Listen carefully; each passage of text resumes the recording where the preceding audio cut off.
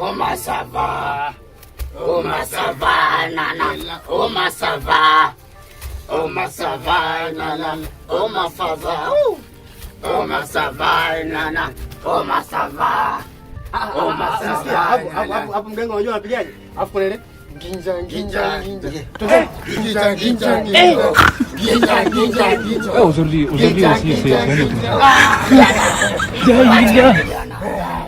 Kijana, naona umefika kilingeni. Umefika kwenye kilinge changu kijana. Bwana mganga Kilomo. Yaani katika ganga ambao naaminia. Umeona? Wewe ndo mganga, yaani Tanzania nzima hii, Uganda, Kenya, East Africa, wewe ndo mganga namba 1. Unajua mganga, mimi nimekuja na matatizo na shida nyingi. Umeona? Nikasema hapa mimi nimezunguka kote East Africa yote, Tanzania nzima, kuna mganga kama wewe. Umeona? Kwa hiyo nimekuja bwana mganga, mimi nataka unisaidie. Kijana, najua umefika, ila toka uvotoka huko na kuona kijana una nuksi. Una nuksi. Umenielewa? Umefika. Alafu hapa mganga kana kupata. Unajua unavyoniambia mimi na nuksi kama kweli, maana unaweza kunajitahidi sana kutongoza mademu. Mademu siwapati. Kila nikijitahidi kutafuta pesa mganga, pesa sipati. Hiyo unaweza kuongea kweli? Ndio mimi nikasema hapa hamna hapa. Lazima nifuate mganga. Oya mganga, oya nimekuja mganga. Nimekuja unisaidie. Mganga nisaidie. Kijana, hilo ndo shaka kabisa. Kwenye kilinge changu nakijua. Sina tatizo. Jambo lako limeisha. Umenielewa? Mwenda mwana wa kwenda. Ila nataka nikupe masharti 3. Tukubaliane, sihitaji mchezo kwenye dawa zangu. Umenielewa?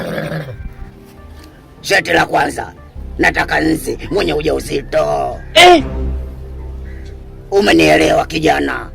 La pili, nataka jogoo alobeba mzigo kwenye kichwa chake. Mkuu, nilikuwa nimepata wazo kwa vitu ulivyomwagiza yeye. Basi ningemaanisha kwamba ungemwagiza hata biriani na nyama. Unaweza kula tu.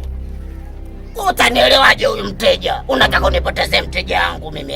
Mpuzi we, unawashwa, unataka kukunwa na biriani. Na satira la mwisho, tunafunga mkataba mimi na wewe. Uzingatie kijana, sihitaji masiala kwa hili. Nataka uje na mafuta ya mgando saa 5 usiku kijana. Mkuu, basi chukua hata mwagizi hata iPhone 15. Mpuzi, unaanza kuchati. Una lolote? Unaona hizi ukazi. Aujourd'hui aussi c'est unataka nimkose mteja wangu tena, ushaanza mambo yako ya ajabu. Mganga sikiliza.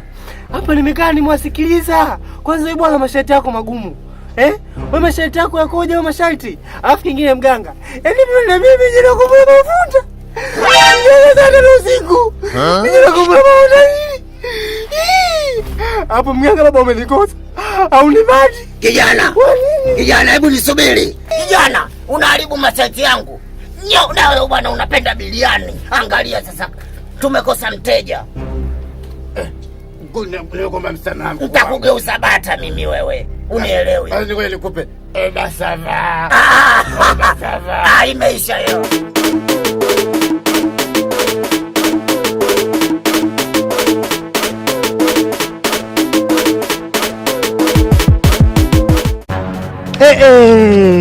Baba hata tonani. Mbona ya wapi hiyo? Vipi? Mbona sizoea hivyo nikapenda. Baba hii fashion yangu mpya vipi? Mbona unataka kuniharibia mood sasa hivi? Naona mangu siku ile maana sasa hivi teloshaanza kuvaa nini makopo ya chooni mwanangu. Wewe hili sio kopo la chooni baba. Baba hii ndo fashion yangu baba. Mbona unataka kunishusha hazi? Mimi nimetoka hivi sasa hivi hapa naelekea huku. Au sio? Naenda nyumbani. Kuna sehemu nimetoka kwenda kufanya vidaa kidogo. Si unajua? Mambo yenyewe sio mambo.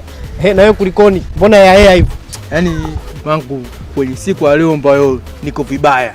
Yaani mwindi kanila.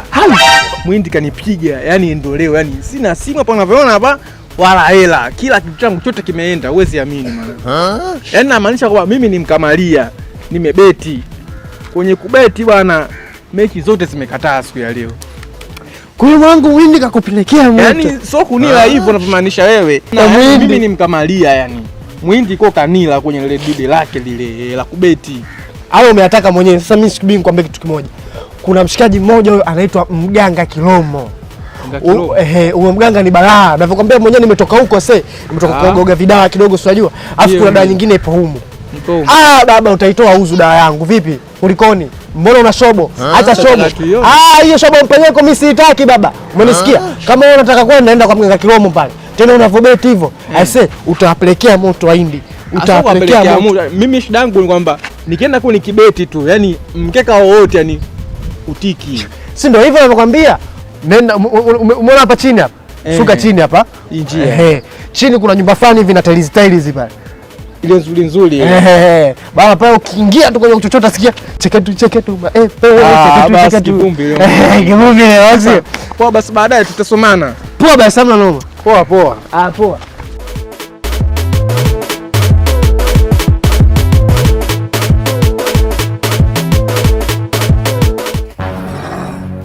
Mganga. Karibu kijana. Asante.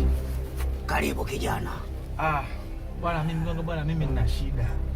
Yaani mimi ni mkamalia. Ndio. Yaani mimi ni mtu wa kubeti yani. Unaona? Sasa nilichokuwa nangetaka hapa kitu kimoja bwana unisaidie. Siku ambayo tutakwenda kubeti kule nione mechi hizi ambazo leo zinashinda, hizi leo zinafungwa ili niweze kupata maokoto yani. Ndio. Maana Muhindi kila siku ananila sana Muhindi. Yaani kila siku ningekela yani yeye anachukua tu Muhindi yani. Kijana, ile umefika kwa Mganga Kilomo, hakuna tatizo. Unataka upige hela, upige maokoto. Hilo limekwisha. Sawa? Nataka nikupe sharti. Ni dogo tu. Ndio. Vua kofia kijana. Bila kuchelewa. Vua shati kijana.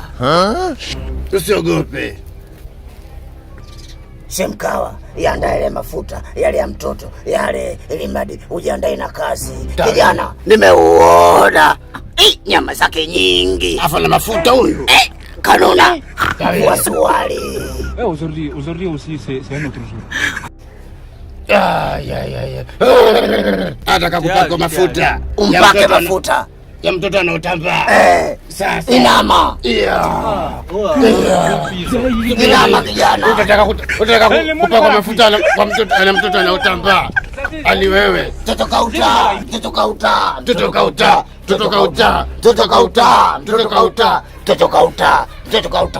utaka.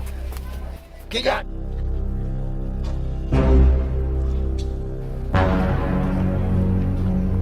Asi! Mama! Asi! Wapi yuko hao? Kijana, naona kilingeni kwetu kuna gundu, hakuna wateja, hakuna majambo wala majambosi. Kwa nini? Hakuna wateja. Tatizo nini? Kuja nawa. Mkuu, mimi nimenawa na nimejisafishia. Sijui wewe kwako mkuu. Poa sikia mwanangu. Walenga kama wale usinipeleke tena. Unazingua mganga wako yule wa ovyo. Yaani mganga wako wa ovyo sana mwanangu. Yaani mimi nakunigia mashati magumu. Unanitosi. Unaletea shobo kushoboka. Kwa nini? Unanitania kijana. Mimi niharibu kilinge changu. Sijui masharti ya kilinge. Au wewe unaleta masiala. Ila mimi na wazo leo. Inatakiwa sasa hivi tujiblandi. Wateja manake hamna. Umenielewa? Ndiyo mkuu. Tuwe TikTok. Tunataka tuonekane Facebook. WhatsApp. Instagram. TikTok. Paka YouTube huko. Ili madijina likuwe tupate wateja. Umenielewa? Kwanza mkuu. Mambo ya Facebook na TikTok ndio nini? Mambo ya mtandaoni hayo. Kone mambo ya mitandao tunaonekana, manake ukiweka huko katika Instagram duniani kote unaonekana. Wanasema huko Ulaya wapi unaonekana kijana wangu. Anaambia vua shati mimi namvulia. Vua suruali mimi namvulia. Mwisho siku anaambia ati vua nayo ukasema hamna maangacha mimi nifanye nikimbie. Ile sio mganga mzuri mwanangu unazingua sana. Acha kucheka mimi nakwambia. Kwa wangu mganga, huyu mganga. Mkuu, kweli kabisa umeongea jambo la maana kabisa. Na mimi nakuunga mkono. Lakini sasa mkuu, cha kwanza mimi nilikuwa na wazo langu hili kiongozi, nataka tubandike mabango kila pembe ya dunia. Ila sasa kwa hiyo nataka unielekeze na unipe ushauri na uniruhusu nikaweka mabango, kwa sababu wewe ndiye kiongozi wangu. Haina shida kijana, wazo zuri, halina tatizo. Leo katika kuamka umeamka vizuri. Ila naona wateja tu kwa sababu hakuna. Wazo lako zuri, inabidi uende. Yule sio mganga mwanangu, bana zingua bwana. Yule jao bwana mganga gani? Hii mwanangu nalia, mwanangu nalia. Pasa mdai. Oya. Oya wewe. We, na mimi nikae hapa mganga je kunanilia. Umenielewa? Ndio mkuu. Ufanye jambo hilo leo mapema na kwa wakati. Umenielewa? Ndio. Haya, nenda mwana wa kwenda. Ndio mkuu.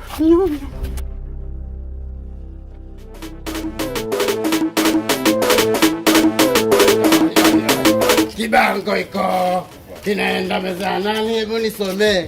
Kibango iko kinaenda meza nani? Hebu nisomee. Ai.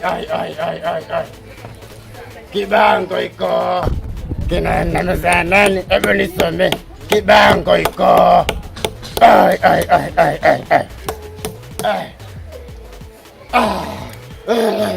Jamani, kusudio letu, kusudio kibango hiki au bango hili kupata wateja na kupata maokoto. Kibango hiki I don't want peace. I want problems always. God have mercy upon us.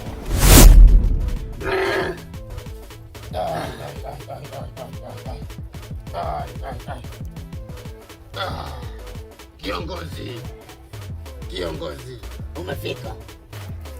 Kijana. Ndio mkuu. Jambo langu umefanikisha. Kwa uwezo wa Mwenyezi Mungu nishamaliza jambo lako. Nimebandika mabango kila pembe ya dunia, kila pembe ya eneo.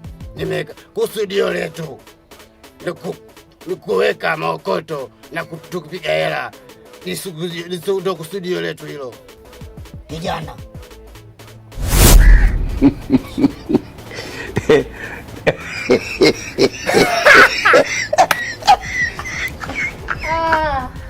Eti mganga kilomo. Kwa hilo hakuna tatizo. Umenielewa? Nimekuelewa kiongozi. Umefanya kazi yangu vizuri. Bila shaka. Umebandika kila mtaa, kila kona. Kijana, kama umebandika, mimi nachohitaji umaarufu. Tunataka tujulikane TikTok, YouTube, Facebook, Instagram. Umenielewa? Ndiyo mkuu. Tupige hela. Unaona kabisa wateja wamekauka sasa hivi. Hakuna chochote. Tuko pamoja. Ila sikuamini wewe. Kwenda mwana wa kwenda. Inabidi nikachunguze, niangalie utaratibu kama umeenda sahihi. Sawa kiongozi. Nenda mwana wa kwenda. Nenda mwana wa kwenda. Eti tunatoa dawa ya mapenzi. Umpuzi ndo ananiambia na kopo la mafuta sisahau. Sasa namkomoa.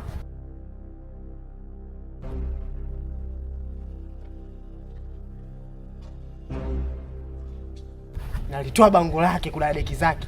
Natoa afu tuone wateja atawapata wapi. Kijana! Unawashwa. Toa mkono wako kwenye bango langu. Unawashwa. Unataka mimi nisipate maokoto. Kwa nini? Unataka nisionekane Facebook? Unataka kukunwa? Toka, nitakugoza mzi. Nenda mwana wa kwenda. Aujourd'hui aussi c'est un autre jour. Anataka kuniletea uchawi kwenye bango langu nisipige maokoto. Kwa nini?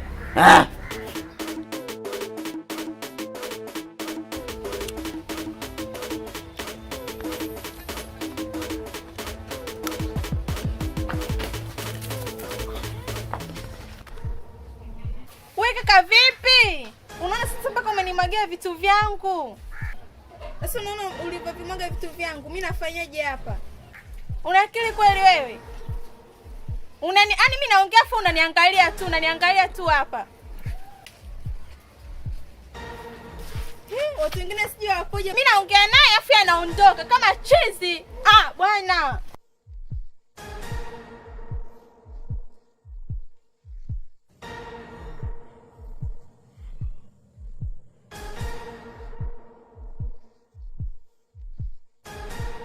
Nenda mwana kwenda.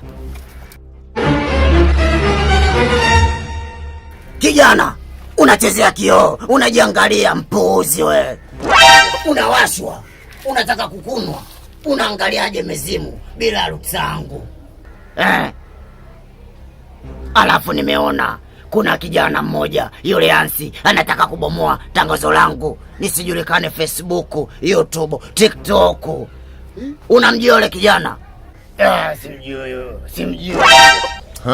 Ase mwenda mwana wa kwenda. Yule alovaa bakuli kama kofia lake la kijeshi. Mganga Kilomo mkuu, nimemkumbuka. Kumbe ni yule kijana. Ndio. Anatudharau. Yeye yule Ansi nilompa masharti yangu 3 ameshinda kuyatekeleza, akaondoka, akasusa. Anamaanisha nini? Anataka nini? Anatudharau. Afu leo anataka kubomoa bango langu. Nitamgeuza mzi, nitamgeuza mende.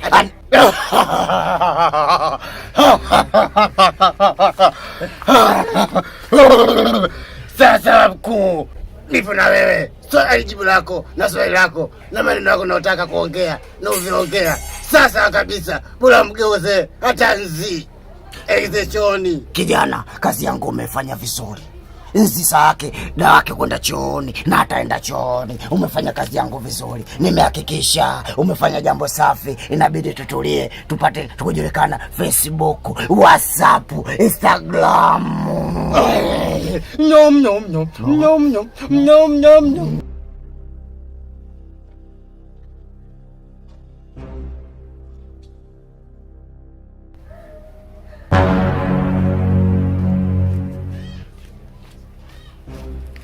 Jesus! Oya.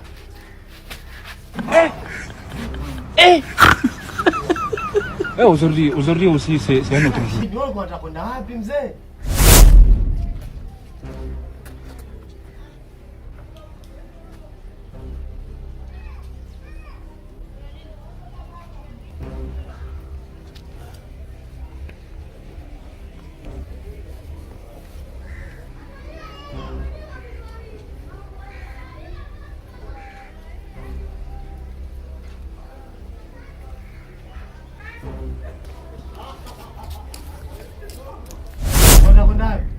Yaani mwanangu wewe, yaani sikutakuja kuniua mwanangu. Yaani unavokuja kama vile kimondo, yaani sijui nini. Yaani songini kuja kwanza piga taudi kwanza. Kidogo nitainuka nitakufuata. Lakini unakuja mwanangu unanikusanya tu. Songini sisi bwana tuna pressure sisi. Wewe mwanangu wewe upe na nini wewe?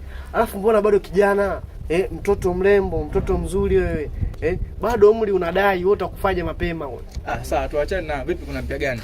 Bwana mpya ipo bwana. Nikupe story. Au sio? Navyokuambia.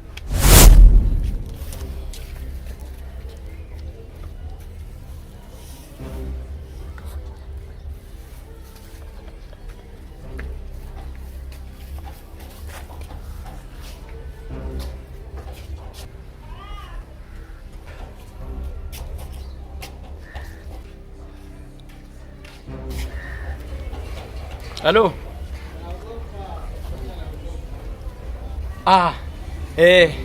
Ni kwa sasa mimi na shida ya kufika hapo ulipo, maana nimeliona bango hapa.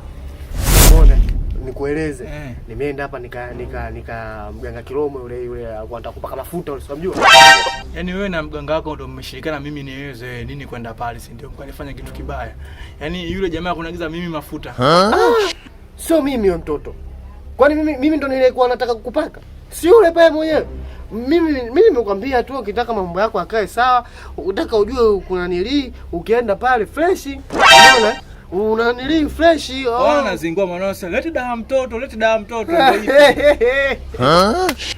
Sawa. Yote 9 10. Nataka nikwambie ili bwana yule mganga Kilomo. Kwa hiyo nakufikiaje hapo ulipo, uko wapi? kwenye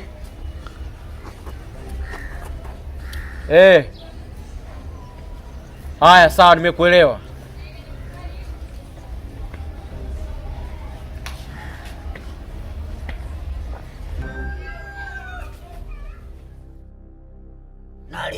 Nalia, oh mama, nataka kwenda Msangalo la uma.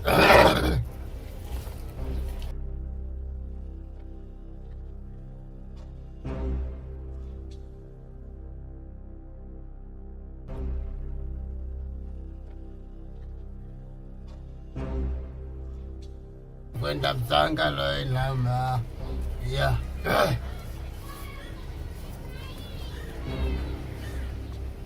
Kijana, naona umefika. Ndiyo mganga. Anajifanya sasa hivi kuweka mabango, yaani anataka kuwa mtu mkubwa. Basi nikalikuta bango lake ninavyokuambia. Nikataka kulichomoa. Kama tunasikia kijana, nitakutoa busha. Ni baki. Kwa bio. Wewe nikabaki umu tu. Kufanya nini pale? Basi ninavyokuambia, ninakimbia mwanangu, nimekimbia, nimekata chuchu, basi nikapanda juu, nikaruka chini mwanangu, au sio? Nikatambaa, nikaona nikaenda kupishana na mtoto mkali, mtoto mzuri peace. Bwana. Waje hapo. Niambie, sema shida yako. Mimi na matatizo makubwa sana. Nilipoliona lile bango nikashukuru kwa Mwenyezi Mungu kwamba inawezekana ufunguo wa mtihani wangu tayari umepatikana kwa leo. Mganga, mimi usiku silali, vinanitokea vitu vibweke, yaani nashindwa kuelewa vinaanzia wapi vinamalizikia wapi, sijui. Ni uchawi, kuna vitu vingine naviona live, kuna vitu kama ninaingia ndotoni. Nahitaji msaada wako, nisaidie. Ungana naye, yani akamwaga vitu vyake, basi mimi kanamwaga kamera minga. Dasi mtoto mzuri. Sawa, basi ngoja kwa asipige kwa uselie. Kwa hiyo poto yuko vipi, yani mazingira yake? Umefika kwa mganga Kiromo, hakuna tatizo. Sawa. Swala lako limeisha. Tatizo vigagula vinakusumbua, vibwengo vinakuchanganya, hakuna lolote. Umefika kwa mganga Kiromo, hilo kwangu mimi hakuna tatizo. Sawa. Sasa kazi yako inabidi nifanye usiku wa leo, ila unataka utoe advance. Ndio. Advance? Ndio advance. Makoto lazima. Shilingi ngapi? 500,000. Kuhusu 500,000 haina shida, lakini kuna labda sijui itawezekana kwa sababu keshi mimi hapa sina, ila kwenye simu ipo. Kwa hiyo kama kutakuwa na uwezekano wa kukurushieni kwenye simu haina shida. Maokoto kwenye simu, tuma kwenye namba yangu. Alafu atumina ya kutolea. Hilo nalijua. Kwenye simu ipo. Sijamuona. Yaani sijafanikiwa kumuona kabisa, lakini nikimwona nitamwambia, nikimwona nitamwambia. Sawa, ndo jambo la muhimu hilo. Basi sasa sikiliza, mimi naenda nyumbani. Kwa hiyo kama naenda nyumbani wewe usinifuate. Mimi naenda kununua dagaa pale. Nishanunua unga wangu nusu pale. Naenda kuchukua na dagaa na kula. Usije. Acha basi tufuatane. Ufuatane na nani wewe? Sina wewe. Sitaki uje, naenda kula peke yangu. Kwa hiyo wewe mwanangu, mimi pale tulishirikiana ili kusaidiana wewe pia kunipeleka. Ila sasa kuja kula kwako mchana na mimi nisije usafi gani. Siku nyingine utakuja kula. Sasa hivi mimi njana imenibana sana. Kwa acha nile mwenyewe kwanza. Mwanangu mimi nakuja. Oya, siku nyingine. Nataka kwenda Msangalo. Si namba hii samani. Si namba hii ambaye nimetumia wakati nakuja huku. Hiyo tuliwasiliana muda so mrefu. Nataka kwenda Msangalo inauma. Oh mama. Nataka kwenda Msangalo inauma. Oh mama. Nataka kwenda Msangalo inauma. Oh mama. Oya Ansi. Basi baadaye. Jina limetoka Kiromo. Hilo Kiromo. tulowasiliana muda so mrefu. Sasa uwe tangulia, nitakupigia simu, nitakuja kufanya kazi yako usiku. Sawa, haina shida. Nenda mwana wa kwenda. Nenda mwana wa kwenda. We baba, unapata nini sana leo?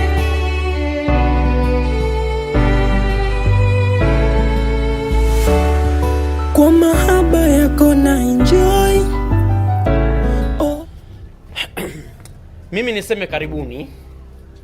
Nyumbani ndio hapa kama mnavyoona. Hii nyumba yote ya kwangu. Kwa hiyo cha msingi hapa, mtafanya kazi yenu sehemu yoyote, mko huru. Yaani chochote mtakachojisikia ukifanya, uweni huru. Fanyeni kitu chochote mtakacho, chochote kile fanyeni. Mkijisikia sasa hivi tunataka kulala usingizi, maana yake mnaingia hapa kini chumba tu cha kunani, basi mnalala hapo. Na kingine kwamba kama mtahitaji msaada, basi mtanigongea. Mimi nadhani ni hayo, au kuna la zaidi sijui. Hakuna tatizo. Tumekaribia kwenye sehemu yetu ya kazi. Shemkawa, inabidi tufanye kazi ya mzee vizuri. Umenielewa? Ndio. Vigagula tu vinamsumbua hivyo. Sawa. Basi acha nikapumzike. Kazi njema. Napenda pazito hapa. Bwana we muoga. Unakunya unajamba bila sababu yoyote. Kwa nini? Acha tufanye kazi hii vizuri. Mbona papa laini tu kama mlenda? Mkuu, sielewi. Naona kichwa kinaenda juu wala chini, sielewi kabisa mkuu. Ina maana wewe uone? Amna chochote. Acha kujilimbwasa. Mbona kwa upe tu mu? Inabidi tufanye kazi hiyo ya watu vizuri. Umenielewa? Nimekuelewa mkuu. Usiwe na mchecheto.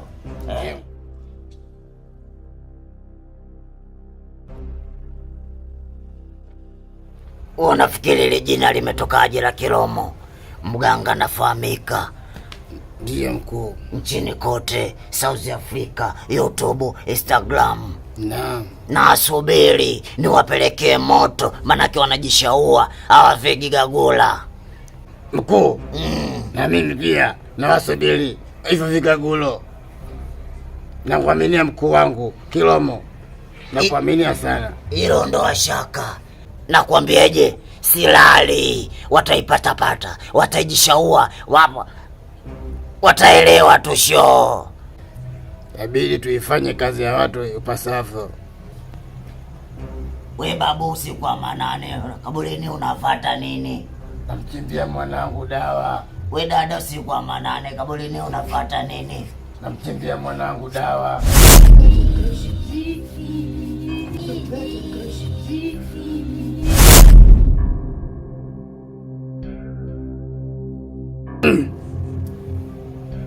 Mkuu. Brasikia sauti ya Zuchu. Sauti ya Zuchu itoke wapi? Redio hizo. Mbona unakuwa unajilimbwasa, unanyamba? Sauti ya Zuchu itoke wapi? Unampenda nini? Hakuna hata sauti ya Zuchu.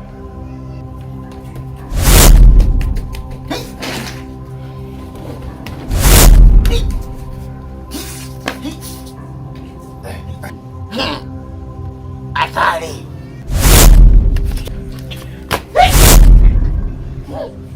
Mkuu nini? Hapa fai. Nilikwambia mimi, ukanibishia. Mkuu. Nini? Angalia mbele kule. Mkuu, angalia mbele kule. Nilikwambia mimi, unanibishia. Wako wapi? Mkuu. Niachie bwana. Hebu niache bwana, unakuwa muoga tu. Kwa nini? Hebu niache bwana. Unakuwaje hivyo bwana? Hebu niache bwana. Unakuwa muoga tu. Niache bwana.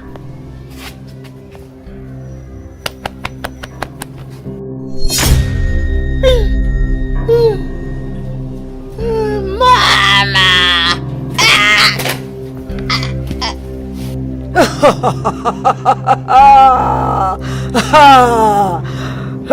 Mtumba, unakuja katika nyumba Vigagula? Tumekupatia, najifanya mganga Kiromo, huna lolote. Mtumba mkubwa, tutakupaka mafuu. La umeona,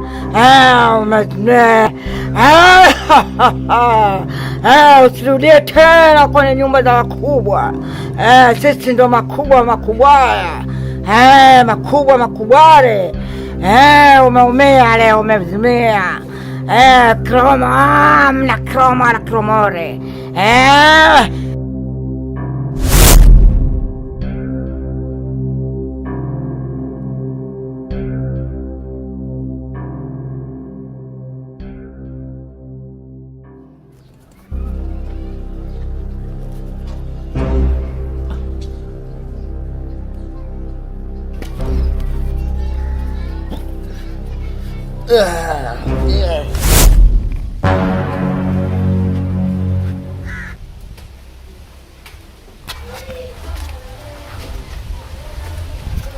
Dada. Mambo. Poa. Unaitwa nani? Suhila. Suhila. Basi mimi mwenzako, mimi yule pale kijana yule siku ile pale tulipopita tukagongana pap, ile kugongana basi wewe ukamwaga manyanya yale. Nimeshakukumbuka. Nimwagia vitu vyangu wewe. Hapo ukaondoka bila hata kunisaidia. Hamna, mwenzako nilikuwa nakimbizwa naona ndio. Basi sawa. Hebu niachieni mie kwanza. Niachie. Vipi? Sikiliza. Kazi yako mimi nishaimaliza. Umenielewa? Nakuelewa. Kazi yako imeisha. Wachawi hawakusumbui tena. Vigagula hawakusumbui. Na ile advance ilobaki utakunywa soda ile nilogea, wewe inanitosha.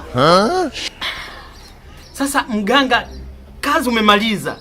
Kwa nini hela ya kumaliza kwanza sikupe sasa? Inanitosha.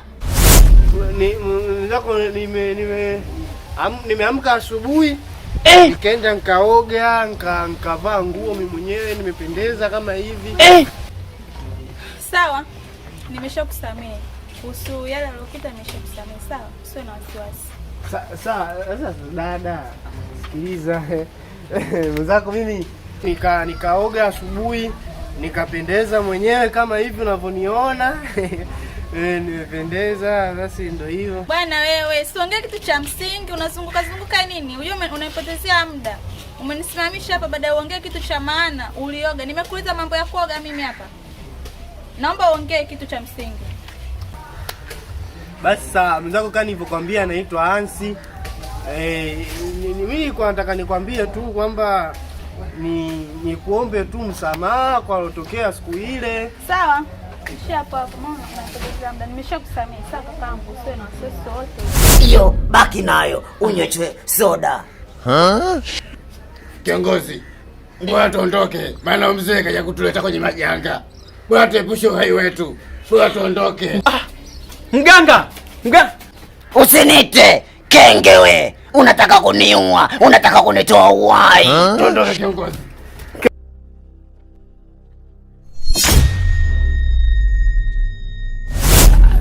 Sasa kuna kitu kingine nataka nikwambie. Mimi nataka nikwambie hivi, mwenzako nilivyokuona siku ile, nimetokea mimi mzungu asema fall in love. Yaani mama mwenzako mimi nimekupenda. Wewe kaka hiyo. Koma, usiniletee nuksi za asubuhi. Umenipenda mimi? Hivi wewe katika kuzunguka huko kote umeona pale kwa Suu ndio pa kupeleka nuksi, si ndio? Nuksi zako hizo nitakuletea bibi. Mimi siwezi kuwa na wewe. Tena ukome. Mwangalie, tizame sura yake. Wewe.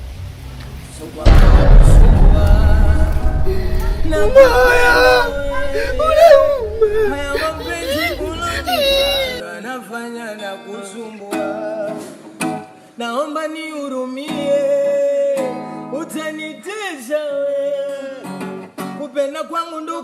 umenifanya niwe fara bwege kabisa.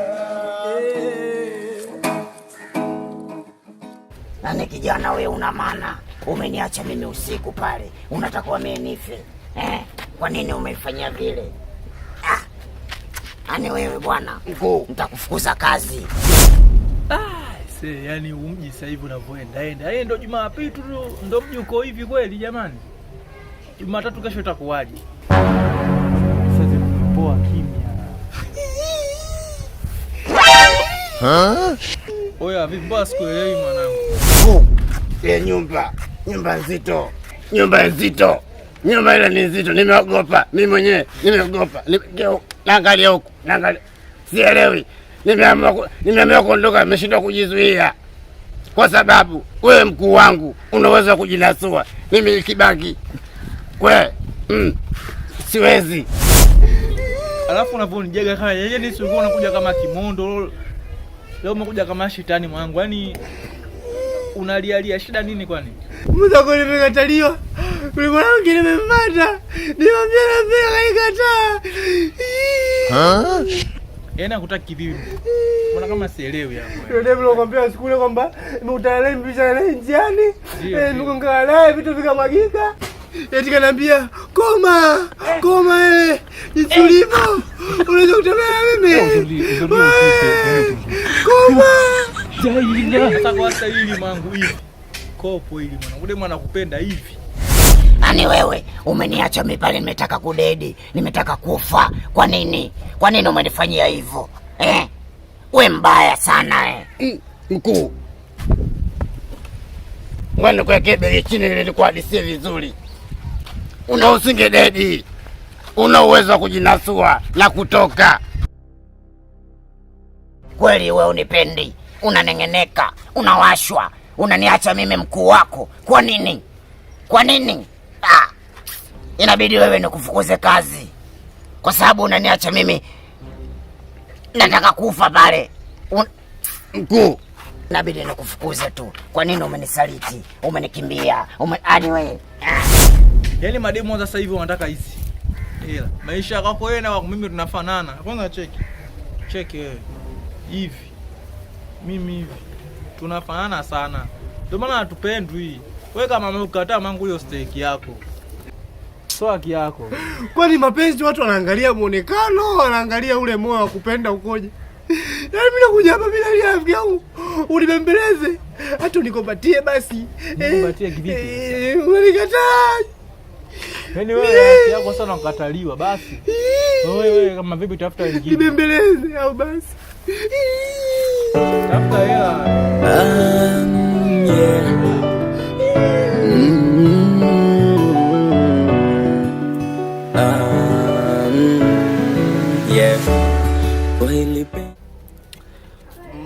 Mganga Kilomo, niambie kijana wangu. Mimi hapa nimekosea, nilikuwa nataka nitoe bango lako, lakini zile si unajua akili za utoto. Lakini mganga, mimi mwenzako nasumbuliwa na mapenzi. Kuna demu nimemtongoza mimi, amenikataa. Mimi nilikuwa namwambia mimi nakupenda, lakini kanikataa. Kwa nini nimekuja kwako kama vipi unipe dawa? Swala hilo limeisha. Anasumbuliwa na mapenzi. Bado kijana mdogo. Kwa nini una haraka? Kwa nini unakuwa na mchecheto? Kijana unasumbuliwa na mapenzi. Kweli. Mbona tatizo dogo sana hilo? Ila siku ile ulinikosea, umekuja winja kama moto wa kifuu. Sasa inabidi nikusaidie hiyo dawa yako ya mapenzi. Nige 5,000 hapo. Nikupe dawa. 5,000? Alafu mwenyewe ndo nilikuwa nayo hiyo 5,000. Lete maokoto. Tunaona mfuko tena mweupe. Umeona? Mfuko mweupe nilikuwa nayo hii hapa 5,000. Hii. Yaani mimi nikiangalia tu mfukoni kama na binocular. Kifaru huyo, umemuona kifaru? Maokoto. Au boko. Haya maokoto. Acha shobo. Kijana, sasa nakupa masharti. Nikwambie kitu. Nenda dukani. Chukua buku. nenda kanunue unga. Unajua unga sembe? Unanisikia vizuri? Wake ule unga akikuwekea kuna mfuko laini. Unaenda chumbani kwako, unaangalia, unanuia unachotaka kunuia, kila kitu, usiache hata kitu. Ukitoka hapo unampaka, unampuliza. Yaani kwa hiyo nikichukua nende nimpake? Alafu nimpulizie.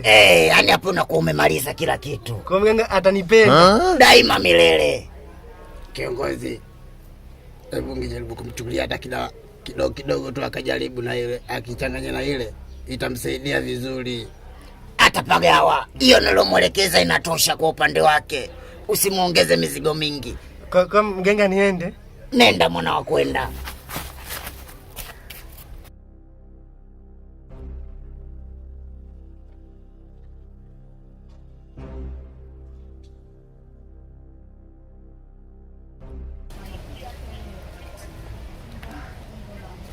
Nimekuja hapa na kusikiliza.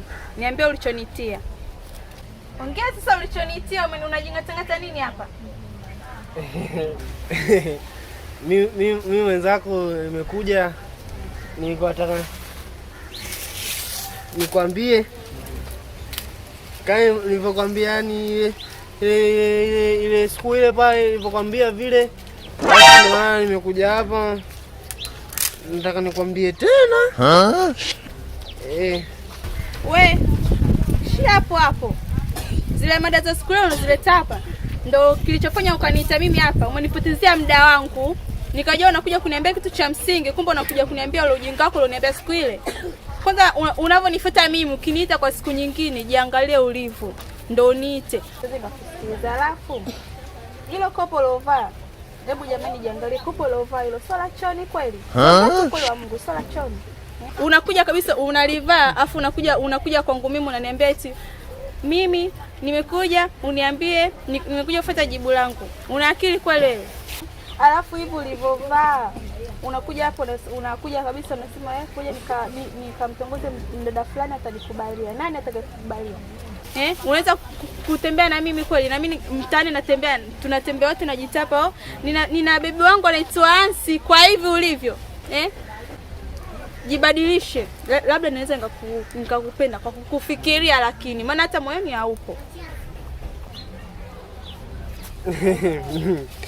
Basi sawa. Unajua nilienda kule kwa mganga Kilomo. Nilipoenda kule basi akaniambiaje? Akaniambia kwamba wewe mbona unasumbuka sana.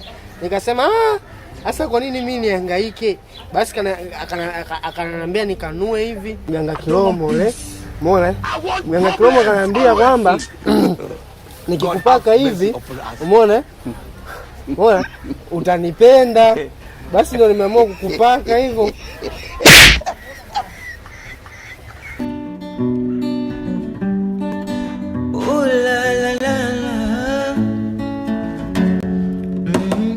Kumbe ndo yalivyo mapenzi, kumbe yapo hivi mapenzi. Natumia nguvu kutengeneza, unabomoa. Nayazidisha wewe mwenzangu, nayatoa. Wewe umekosa huruma mimi kunihurumia. Wakati mgumu naupitia. Kofi la mchumba linauma. Ile iliyapata aliumi.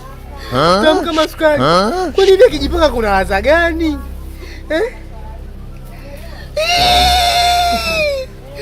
Kupigwa nimepigwa, kupaka nimejipaka. Mganga Kilomo nakufuata.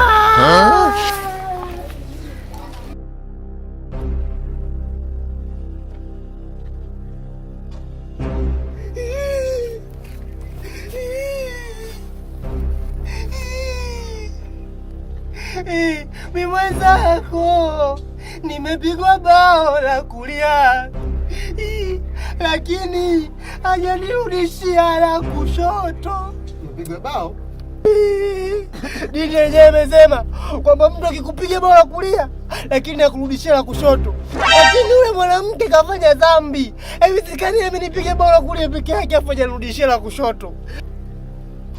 Yule demu yule. Mimi nimekuja kuomba dawa hapa. Au sio mgambia mimi kampake unga. Wao nimempaka unga. Mimi nimetaka dawa mapenzi nimpate yule demu. Lakini nitakuchangaza yule demu kana nimempaka vizuri mashati vizuri. Vile vile mbonipa. Akaenda akanipiga mbao. Akakosea mashariti. Sijakosea. Oe, mimi sijakosea. Nitalia majirani watasikia kama mimi nitalia. Usilie kabisa. Majirani watakusikia. Majirani wakisikia utaharibu kila kitu. Usilie. Nitakupeleka. Nipeleke kwa mganga Kilomo. Nataka langu. Nataka langu. Nitakupeleka. Sasa hivi. Sasa hivi. Tunaenda sasa hivi. Sasa hivi. Nanyuka twende. Sawa.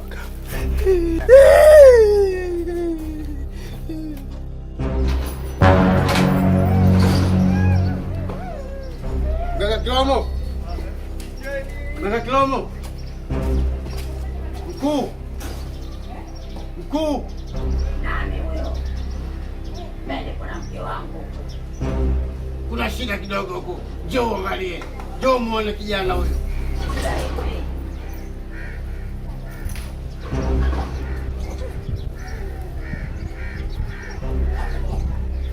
We, vipi tena?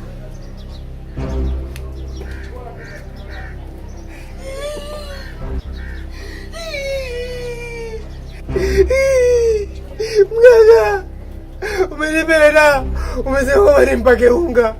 Umenipaka nimempaka unga. Nimempaka kweli unga usoni. Tena nikapulizia. Lakini akanipiga bao. Hanipendi tena. Kasema nitaki tena kanambia koma. Ukome. Kanipiga na bao. Kawa kwenye kazi. Mimi nikampaka unga. Mganga anataka kupaka unga. We, kwa umepigwa bao ndo maana unalia. Acha mchecheto, uondoke hapo. Mganga unaweza kuondoka.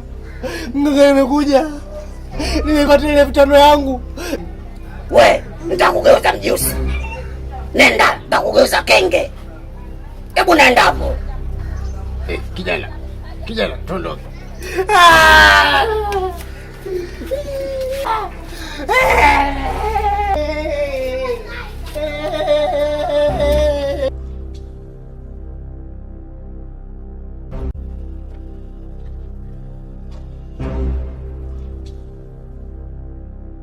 Hivi mume wangu, au unafanya mbona unafanya mazuri kabisa? Si ndio? Mazuri yapi hayo mke wangu? Haya, kijana watu wamekuja hapa analia. Elfu yake umemchukulia. Mbaya zaidi unamwambia unga ndio dawa ya mapenzi kweli? Wewe unaona wapi unga kwa dawa ya mapenzi? Sikiza nikwambie mke wangu, hapa mjini lazima nijiongeze. Wewe unaona masotojo unaokula, unafikiri yanapatikana vipi? Mara nataka kuku, mara nataka siji nini. Wewe unafikiri vinapatikana vipi? Mimi sipendi tena unaniuzi. Kijana watu anaondoka kwa analia. Mwenyewe elfu yake umemchukulia. Wewe bwana mimi unaniuzi. Yaani mambo yako ya ajabu tu, unanielewa? Mimi sitaki kufanya hiyo kazi. Wewe na uganga wapi na wapi miangu mimi wewe? Wewe kweli mganga wewe? Kwenye familia yenu hakuna hata mmoja. Wewe babu yako toka lini akana vikoba vya uganga? Lini navikujua mimi wewe? Sila kwambia hapa mjini. Sawa, hapa mjini lazima mimi nimejiongeza. Tupate maokoto. Unakula vizuri, si kuku, si nyama, si nini. Uoni kutokana na kazi yetu hii naifanya. Yupo babu yangu mzaa baba, tuna uganga. Familia yenu unaijua mwanzo mpaka mwisho. Mimi sitaki hiyo kazi uiache. Kila nikipita nishwa vile. Wewe ndio mke wa mganga Kilomo, mimi sitaki. Lama zote napewa mimi sitaki. Naomba hiyo kazi uiache. Tena uiache kabisa. Mbona kazi nzuri? Hata Mwenyezi Mungu anasema lazima tufanye kazi kwa jasho. Kwa hiyo naitolea jasho, ndio maana mimi nafanya kazi hii. Unakula vizuri. Ndio kwa jasho. Sio kweli. Hapo ulipo hata sijui kitamu sijui cha nini kile cha uganga kile hauna. Mimi nitaenda kuripoti polisi ndio utajua. Mimi naona nichosha tu. Subiri niende zangu kilingeni. Baadaye. Wana mwingine matatizo tu duniani hapa.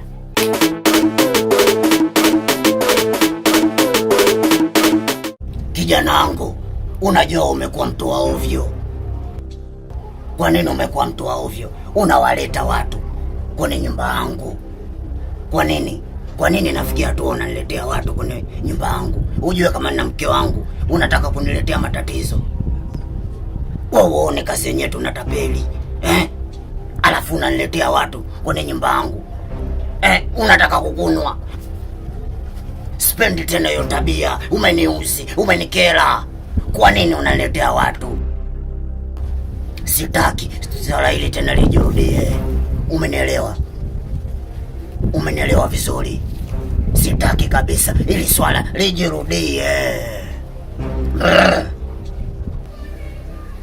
Umenielewa kijana wangu? Sitaki uniletea watu katika jumba yangu. Kwanza kiongozi, nataka niache kazi bwana. Uache kazi? Kwa nini uache kazi? Kwa kazi yenyewe unaletea matatizo. Hilo swala kwanza unataka ujifikirie. Alafu baadaye tukishamaliza kazi zetu tutalizungumzia. Umenielewa? Kwa swala hilo liache kwanza. Sawa, najua tumefanya kazi muda mrefu. Inahitajika tukae vizuri ili mali tu discuss kwa upana zaidi. Matatizo tu. Jana nikuta mimi kila siku. Matatizo hayaishi. Sipa niache kazi. Unataka kuacha kazi kwa nini? Unataka kwenda kwenye gorofa ya 3 kaangalia TV? Au unataka kwenda kwa Pididi? Unataka upake mafuta? Unataka uende kwenye tuzo ya drama sio ya wapi sio? Kwa nini unakuwa hivyo kijana wangu? Unataka kuendesha gari? Mbona ueleweki? Mbona usomeki? Mbona unaleta mchecheto kwa nini? Au unataka kupaka mafuta? Mimi kiongozi, siwezi hata kama nitaacha kazi kwako. Siwezi nikaenda kwa Pididi. Au unataka uende kwenye mashindano ya drama? Angalia Bani na Baboi walipofanya mambo yao. Angalia usije ukajinyea, ukanya, ukakumbuka swala langu hapa la uganga. Sitaki uende. Nikutoe hofu tu kiongozi. Hata kama nitaondoka kwako, nakuthibitishia siwezi nikaenda kwa Pididi. Naogopa kwenda kupaka mafuta. Naona mwanangu sasa hivi kwenye ndani ya suti mwanangu. Sijakuzoea hivyo kabisa yani. Unajua nimeamua leo kuvaa suti. Ndio hivyo, unajua tena nataka nibadilike kidogo. Vipi sasa unafanya kazi gani mwanangu? Mbona nipata mchongo wote? Mimi kazi nayo basi ndugu yangu, mimi nipo tu nimevaa tu hivi. Mganga, mimi nimekuja. Ila kuja kwangu hapa na shida. Unajua watu wanakuchawia. Umeelewa? Kivuli chako ukitaka kupiga yako maokoto kinaregeshwa nyuma kama kinavutwa. Ndio hilo tatizo. Ndio.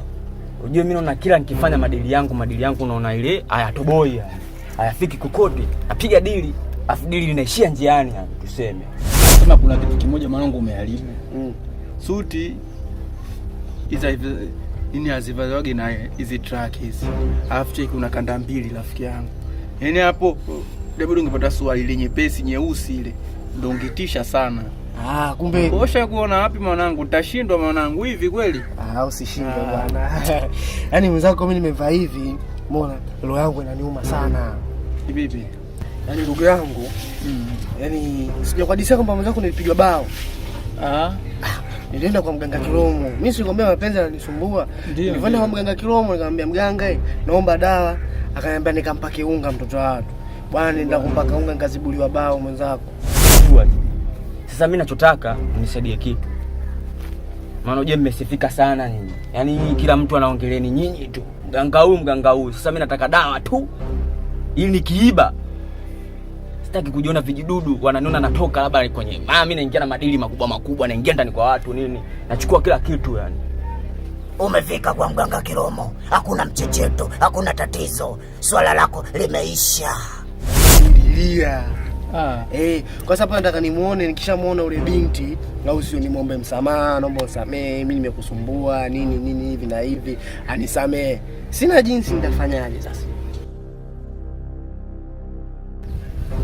Usivae kama hivi. Vipi?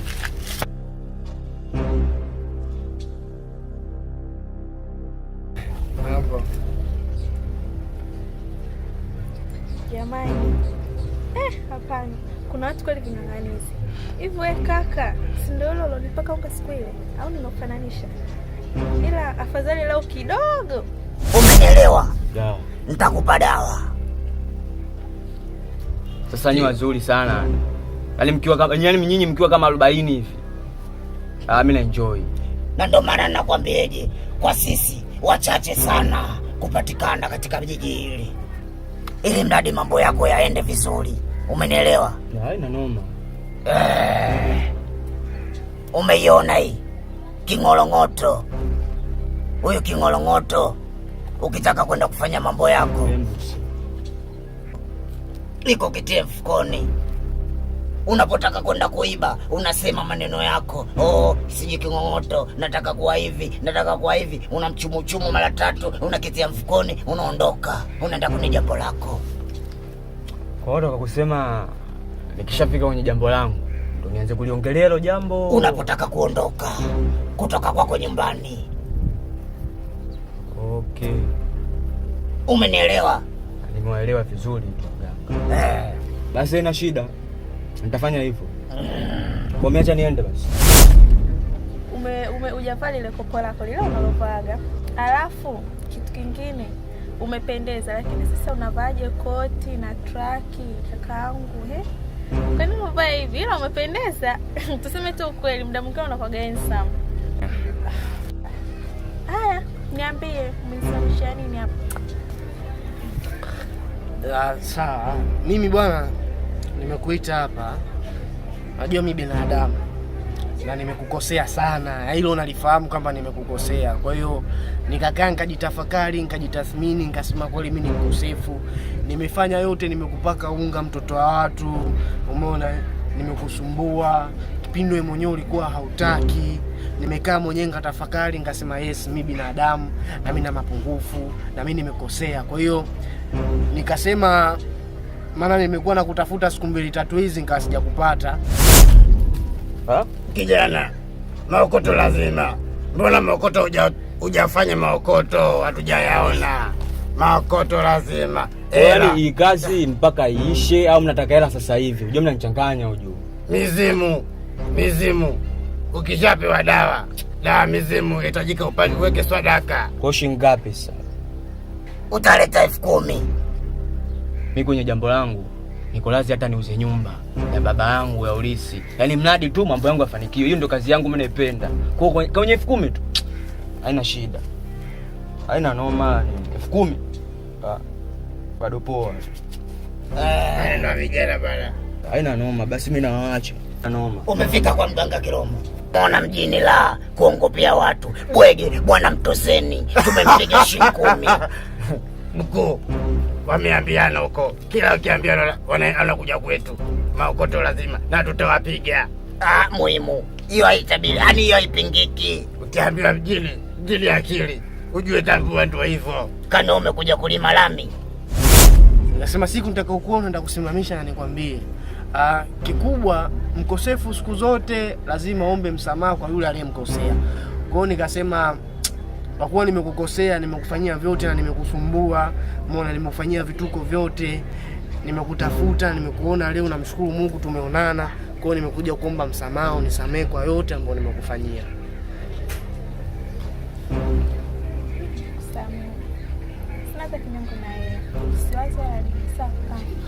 Basi sawa. Mimi sitokusumbua tena. Naomba sitokusumbua tena. Nisamehe tu kwa yote. Sawa. Sawa, mimi naenda. Ndio naenda? Naenda. Haya. so kwamba nakusumbua, nakupenda we. Haya mapenzi ulonipa ndo anafanya nakusumbua. Naomba nihurumie, utanitesha we. Kupenda kwangu ndo kwanifanya niwe fara bwege kabisa.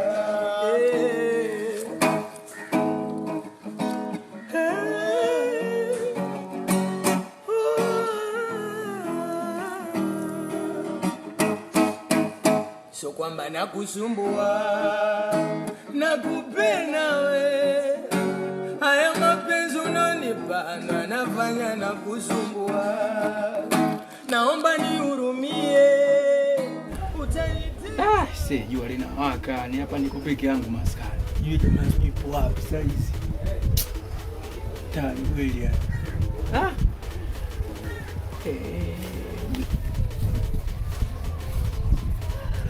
Njoo kae tu karibu.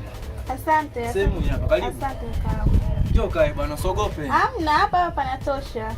Sasa kama bahati unajua kuna jamaa wangu mmoja nilikuwa naye maskani mpaka toka sasa hivi naye na mchumba. Wachumba wanamfuata sana lakini mimi sipata mchumba. Lakini leo nimekuja kama bahati hivi. Mmoja umekuja hapo. Unaona? Kwa ingependeza zaidi tukoongea mimi na wewe. Labda unachita namba yako ya simu nini tukazungumza au Kaka samani lakini. Samani kivipi tena? Ansi unamjua? Ansi? Jamani bora tu hata nimekutana hivi. Rafiki yako? Rafiki yangu vipi? Nilikuwa na mzigo wake, naomba unaweza ukampa sijui. Mzigo upi tena? Huu hapa. Umfikishie kweli? Hizi. Hamna, sio ilizi bwana. Mzigo wake. Maana yule jamaa wiki nzima sijamuona, namtafuta yeye simuoni. Basi sawa, ila mimi nilikuwa naomba kitu kimoja. Kitu gani hicho? Njoo kae basi hapa tuongee kidogo. Hamna, nina haraka hata hivyo. Yaani nilikuwa napita naenda huku nimekuona hivi nikasema hapa nisichelewe nikupe tu niondoke. Basi sawa. Haya kaka, mimi ngoja kwanza nikuache kidogo. Samahani kwa usumbufu. Basi sawa. Ila nini sikia?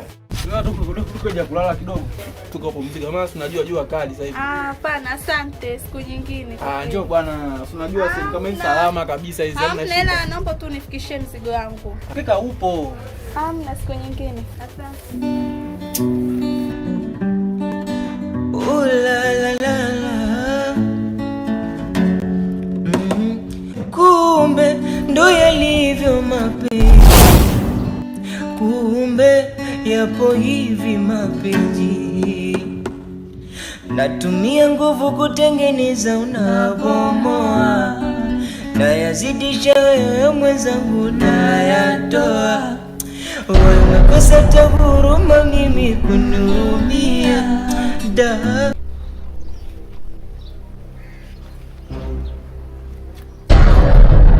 Wewe ukishanta mwenzio yuko wapi?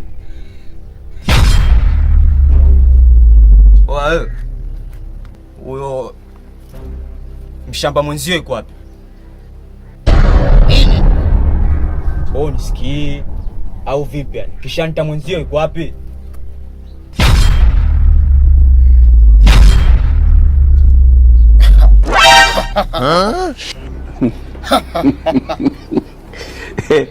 Unacheka au si?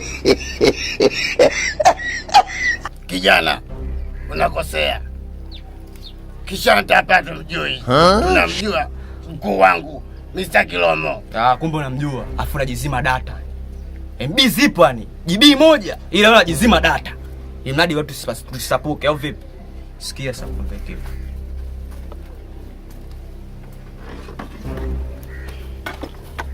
Nyinyi mnajikuta janja, mnajikuta mapanya lodi au mnajikuta nani machizi boti au mnajikuta vitu gani yani? Visimbilisi vidogodogo au nyinyi mnajikuta nani yani? Niambie. Kijana, una tatizo gani kwani? Sikia ngombe kitu kimoja mboy. Unajua kuna sura zingine za kuzifananisha na mamama. Afu kuna sura zingine za mgando. Asije kutoka hapo. Hizo zinafanana na mababa. Atanienda nipeleke kwanza kwa baba yako. Mganga Kilomo kasafiri.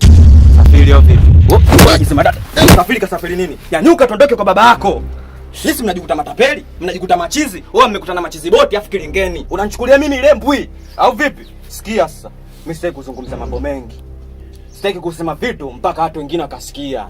Wewe mimi nataka unyanyuke tuondoke. Nyanyuka basi. Kijana unakosea ujue unavyofanya. Usikii unajikuta baharia au vipi? Unanyanyuka unyanyuke. Nyanyuka kwanza. Tondoke. Chaisa basi tondoke babu. Twende basi. Kama hivyo vipi? Nyinyi si waganga nyinyi. Mnashindwa kuyayuka ukanishika mkono tukaondoka wote. Wewe chizi nini? Wachukulia poa. Nyinyi mjue mnachukulia poa, mnaona kila mtu chikeni au vipi? Wewe mimi sio madawa mzee. Leo mimi nakula mbandatu kila kitu babu, usichukulie baridi sikia. Wapi hapa? Nisaunjia, sio huku. Wewe asemaje? Wewe umesaunjia. Utaweza kusaunjia kwa baba yako mzee? Sikia sasa nikwambie kitu. Wewe usimandika ubao ubwela. Wewe mimi chizi ubwela. Si unanielewa? Mimi nataka ukanipeleke kwa mkulungu wako. Nyinyi si mnajikuta matapeli. Wewe 10,000 yangu umechukua. Sikia sasa. Peleke kwa baba yako. Tondoke wewe. Unajua nitakuchoma choma. Mimi nitakuchoma choma, unajua nitakuchoma choma unajua. Tondoke kwa baba yako. Oya Hansi. Wapi kwa mwanangu mimi nipo huko. Vipi? Fresh. Yaani mwanangu nimekuja kwako pale mtaani kwako pale. Juzi nimekuja pale sijakuona mwanangu. Kasema umshikaji yuko wapi? Au kwa pendo kapata suti mpya sasa hivi mangu na bwana. Ndio anazua mitaa mizima huko. Vipi ulikuwa wapi yani? Okay. Wewe mshamba nini? Wewe unasaunjia vipi kwa baba yako? Sante ushamba wewe, unachukulia poa. Wapi kwanza kwa mtu wako? Hapa. Ndio hapa au vipi? Sikia panda juu sasa. Mkuu! Panda juu, mkuu itie juu hapo wewe. Ngoita. Wewe nitakutoa mguu juu. Mkuu! Panda juu hapo. Wewe mshamba nini? Yayuka hapo, wewe si mganga, naona tukulia poa. Una kila kitu tikize. Sikia sasa piga magoti. Mwite mkuu wako. Piga magoti, mwite mkuu wako. Mimi bwana ndugu yangu nilikuwa mtaani hapa. Nilikuwa nazunguka, nilikuwa nataka niangalie mji kidogo. Maana si unajua kidogo akili yangu ilikuwa iko sawa, ilifyatuka. Au si kama nimepigwa bomu. Kwa kama nimepigwa bomu akili yangu, kwa nataka nitembee mtaani, niangalie mji jinsi ulivyo. Na mimi nilikuwa mtaani tu hapa nazunguka. Leta habari. Sasa kama mwanangu sasa hivi sasa ile school ilivyoondoka mwanangu nikaje kama vile kuna kibati kimekuja hivi. Mwite mkuu wako. Mkuu. Wewe ita vizuri wewe. Mkuu vipi babu uka huko kiwandani hapa unatafuta kazi? Kiongozi. Nani tena wewe? Kuna kijana kaja hapa. Vipi? Wewe sura unajua? Ushakuiona wapi? FB, TikTok, Instagram au wapi yani tuseme? Wewe umekuja kilingeni kwangu. Kumbe. Kwako Sikia sasa tuongee mbona. Wewe umenipiga. Umenipiga afu nachukulia poa. Au vipi? Nimekuja kilingeni kwako, nataka dawa. Nikiiba sitaki kuonekana. Na nikifanya chochote sitaki kuonekana mzee. Kwa hiyo mimi nimeenda kuiba, babu napigwa. Labda umekosea masharti. Umekosea masharti au vipi? Kuna demu mmoja alikuja hivi black fulani hivi. Unaona? Sasa alipokuja pale akaniambia Jansi yupo wapi? Sasa mimi nikajua mwanangu demu labda kwangu na mimi bahati yangu. Maana sisi waga tupo single. Unajua muda mrefu mwanangu. Sasa akaja pale mwanangu kuna mzigo wako kanipa. Ananiambia mzigo huu ukampe Jansi. Hapa huu. Sasa sijui mzigo gani. Mwanangu hata sijaufungua alafu. Si namba hizi. Namba za simu 06. Mwisho 80. Sasa hiyo siri yako sasa. Sasa ukinitajia na mimi mwanangu inakuaje? Nitashindwa kijana vipi? Usishindwe. Wewe unaonaje kabisa iko kichwa chako na mimi nikakitoa. Tuseme na mimi nimekosea masharti. Nawe kwa nini umemleta huyu? Sikia Samboi. Mimi nataka hela yangu. Mimi sije kuongea sana. Nitapiga mpigo nikanisha. Ni wao.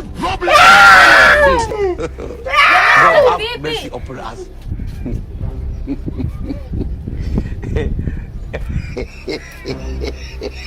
Wewe sikia. Nige langu.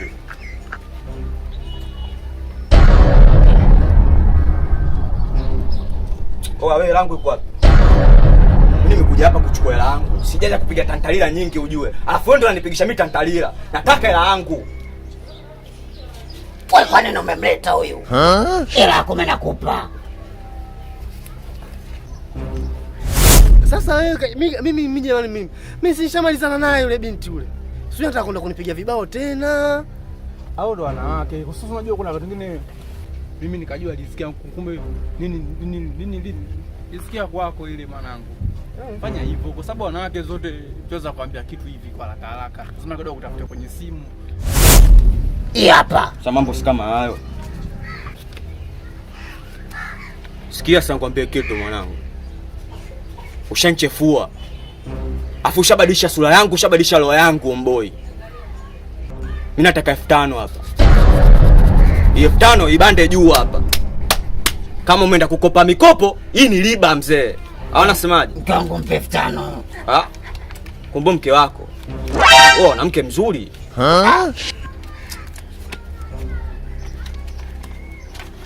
Alidi hapo tumemalizana. Kila mtu ashike zake yani. Ukiona hii sura, ianze kuyamkia kwanza. So wewe vipi unijui sikujui yani? Nenda huko. Twende.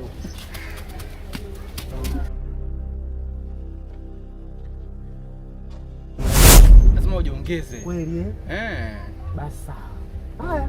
Basi poa. Mimi nitamcheki, nitamtafuta, yaani suti ile unasema sivui wiki nzima.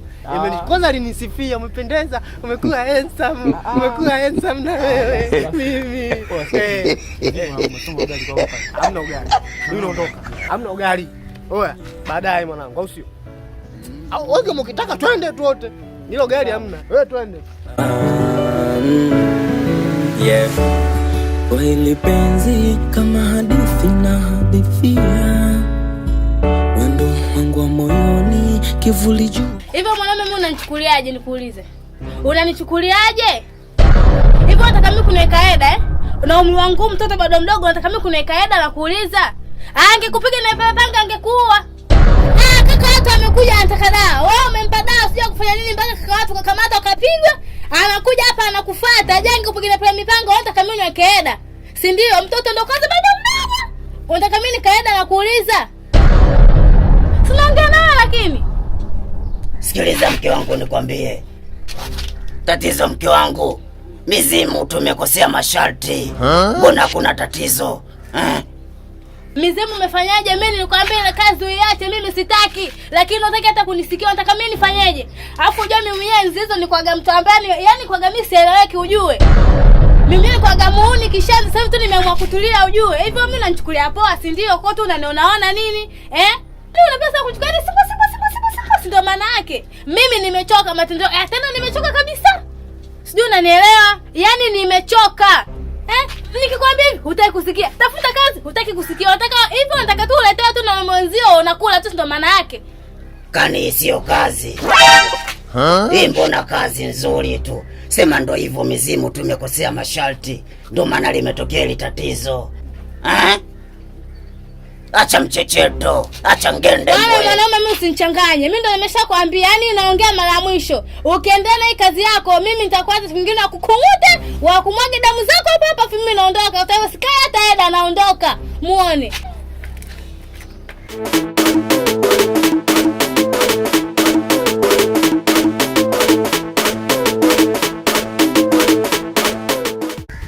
Sina muda huo, sina wakukaa vibarazani kumdiskasi tu.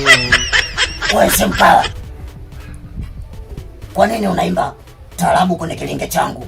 Unataka uniletee nuksi hapa, si ndio? Jamani, Hasani huyu kafanya nini? Hasani ni huyu kavuka na nani?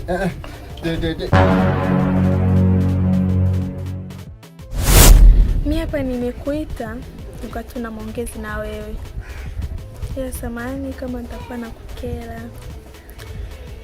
Unakumbuka ile toka siku ya kwanza ile nilikutana na wewe pale? Siku ya pili. Yaani matukio tu ukiunganisha. Mimi kweli nimeamua tukukubalia. Wewe karibu kijana, karibu. Acha uchawa. Acha ucha. Acha uchawa. Wenzako machawa wako Marekani. Wanapiga hela kina Mwijako. Wameenda kushuhudia chupa 1000 za mafuta kwenye mjengo wa yule mzee. Aliyeko jela sasa hivi. Wewe umekaa tu hapa, huyu hapa hajakupa hata buku hapa. Mganga bwana, mimi nimekuja. Nimekuja. Nina shida kidogo. Nataka unitatulie shida zangu 2-3 au sio? Kwanza kabla sijaendelea, nilikuwa naomba nijitambulishe.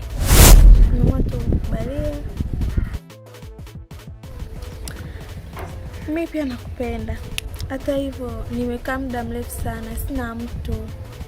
Na ulivyokuwa unakuja kwangu, mimi naona yeye ndo anayenifaa. Maana kila nikiangalia simuoni mwanaume zaidi wewe. Nakupenda kweli. Kweli nimekupenda. Cheke. Afu wewe bwana, mimi sitaki. Kweli bwana, kweli. Mimi kama mimi naitwa Mkinga. Sawa aka mjomba from Ichemba. Aka kichwa ududu. Aka maungo ya mwanaume. Aka PDD. Aka Goliati. Na aka Govi. Na maanisha Govinda. Maana kile ulikuwa unanitisha, hivyo sema Govi. Ndio hivyo, basi naendelea. AKA sili vyakula vya chumvi, nina kisukari mie. AKA kuba babake. Kwa hiyo ndio hivyo mganga. Sawa. Najua umefika. Sehemu yangu kwa mganga Kiromo. Shida yako zitakuwa zimeisha, hakuna tatizo. Unahitaji msaada. Sawa, kweli.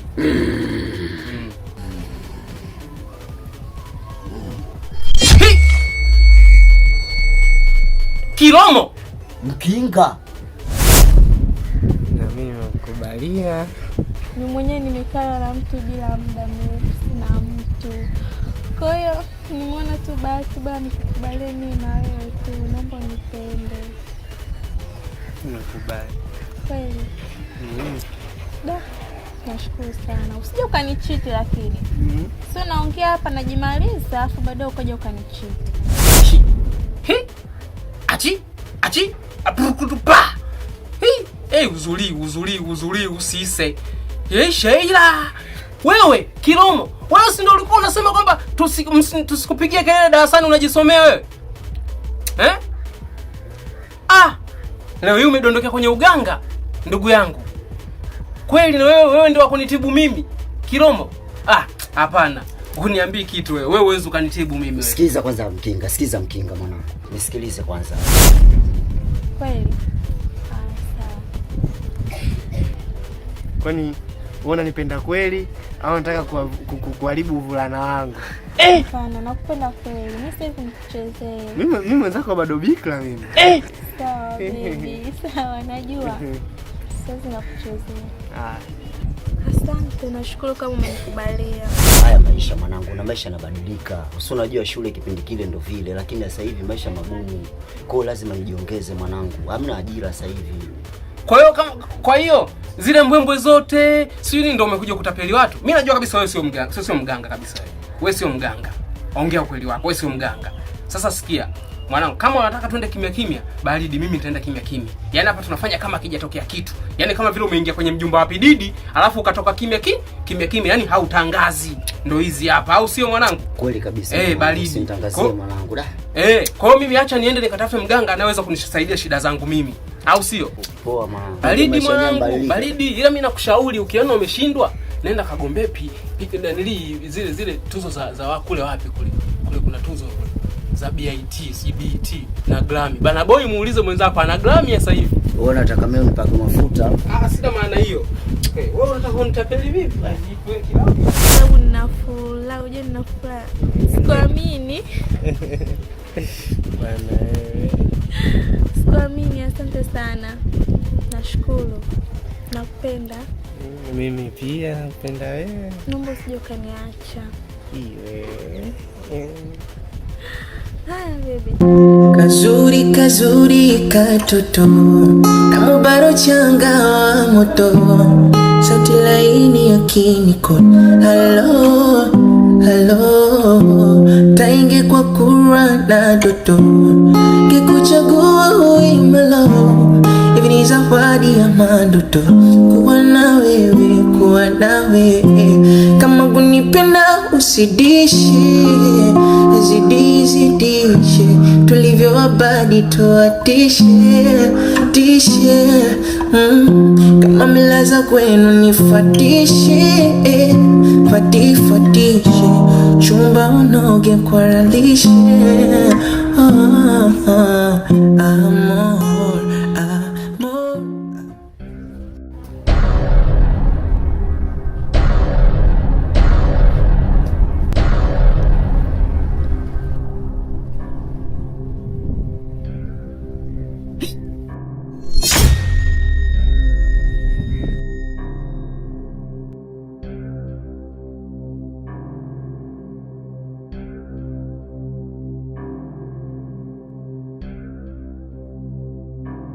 Kijana, mbona umependeza kama hivyo? Hebu njoo ukae kwanza. Alafu mbona hujavaa nguo za kazi?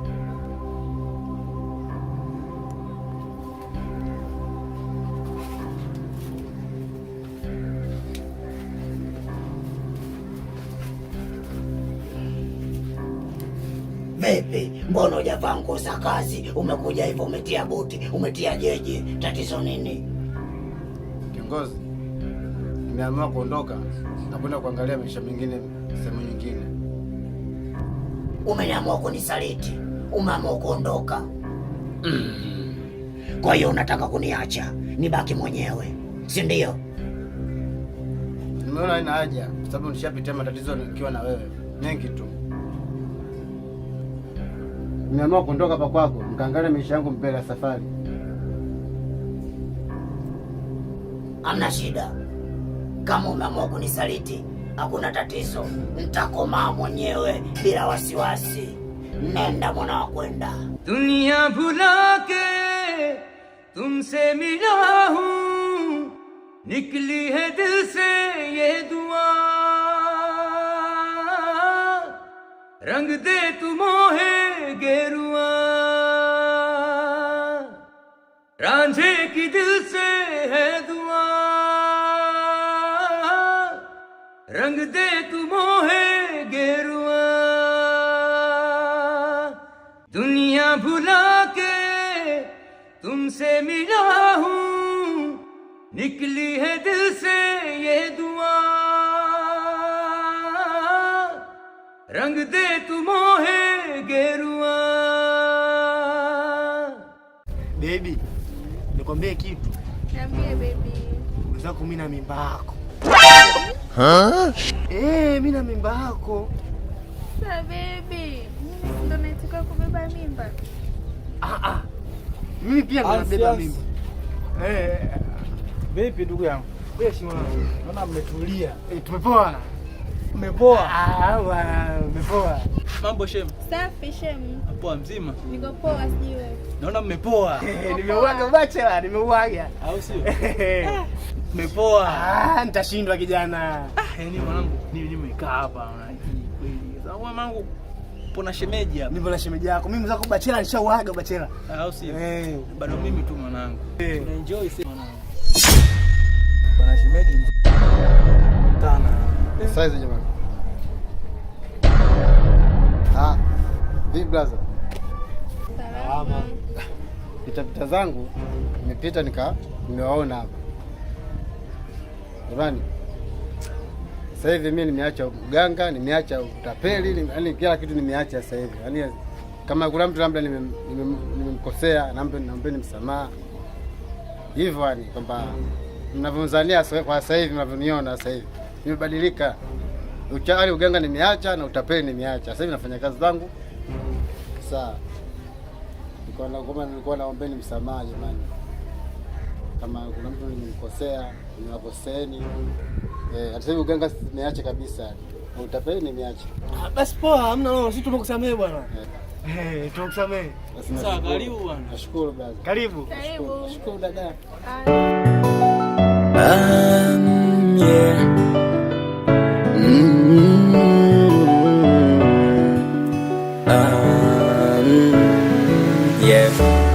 Kwa hili penzi kama hadithi na hadithia, wendo wangu wa moyoni, kivuli jua naponizidia. Na wendo wangu mficha siri, na ndo maana nakuaminia. Najua tumetoka mbali, lakini bado hatujafika. Natamani nizikwe nao, maana ndo furaha yangu kwenye hii dunia. Na kama kinipiga Dr. Skilini. Dr. Skilini. Abdalla Juma nakuona umenifollow. Ni follow. Dr. Skilini.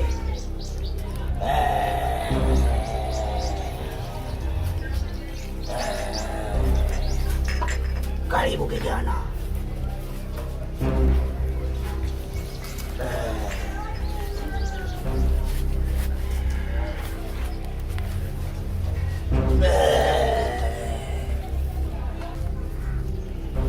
Niambie kijana wangu, naona huyu ana matatizo makubwa. Tawili. Nikimwangalia kwenye kiganja chake, bora uvuai kumleta. Ana matatizo makubwa.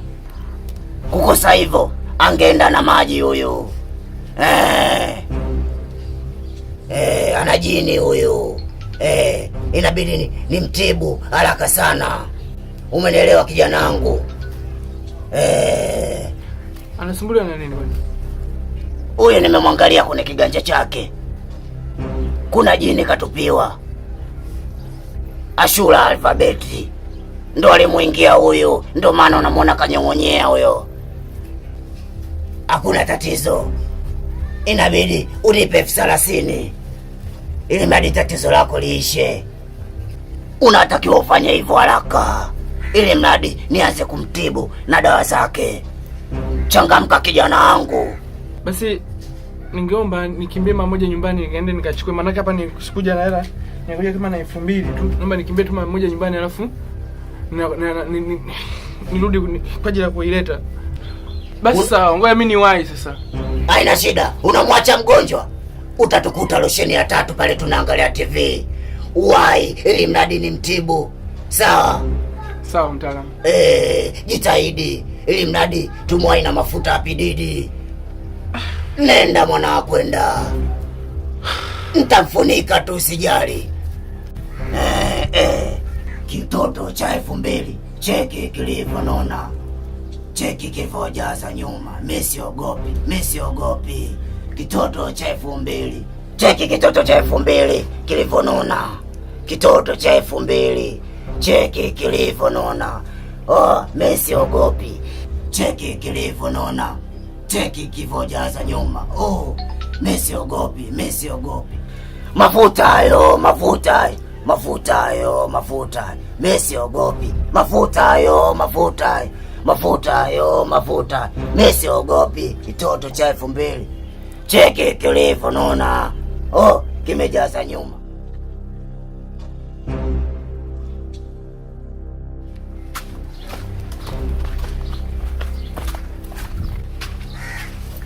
Blaza.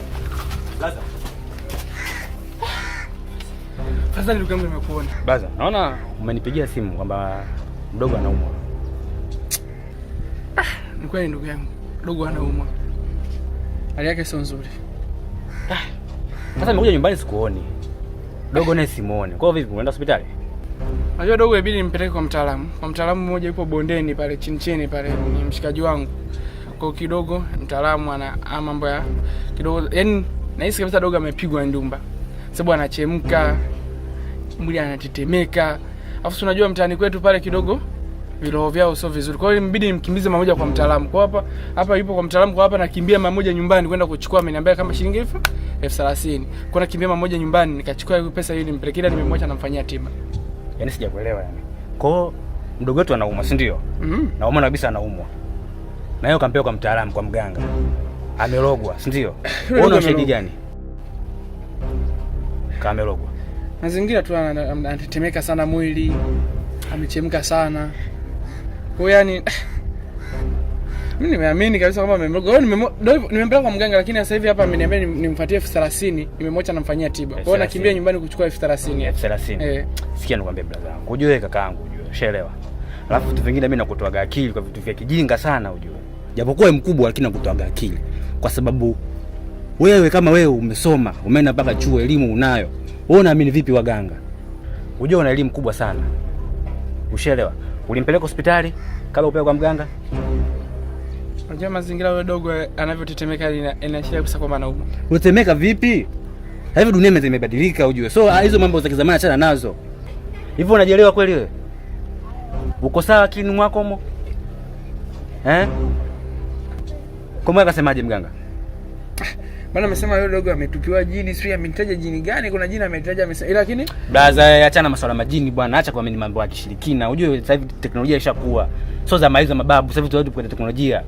Sio kila mtu anaumwa mganga. Si unaelewa? Alafu sasa nikubatikia watu wapite hapa kuona mimi nakubatikia. Wewe mkubwa unajua una heshima zako. Sitaki nikuvunje heshima. Wewe mambo wapi? Nipeleke kwa mganga unampeleka. Ni hapa tu. Wewe unapoteza ile kwa vitu vya kijinga bwana. Bondeni tu hapa. Hela inauma bwana. Unapoteza ile kwa vitu vya kijinga bwana. Unapaje mtu 30,000 sasa? Wewe una ushahidi? Kama katupwa jini. Dogo anaumwa ndugu. Jini ngapi kwa 30,000? Hebu nipeleke kwa mganga wako bwana. दुनिया भुला के तुमसे मिला हूँ, निकली है दिल से ये दुआ, रंग दे तू मोहे गेरुआ, रांझे की दिल से है दुआ, रंग दे तू मोहे गेरुआ, दुनिया भुला के तुमसे मिला हूँ, निकली है दिल से ये cheki kitoto cha 2000 kivonona. Hizo la wazione wao tu. Sisi yako tunambwela mbwela. Haiwezekani. Madokta wale wao sisi haiwezekani. Inabidi huyu mtoto huyu nimpeleke rushini ya 3 huyu ili mradi nifanye mambo yangu.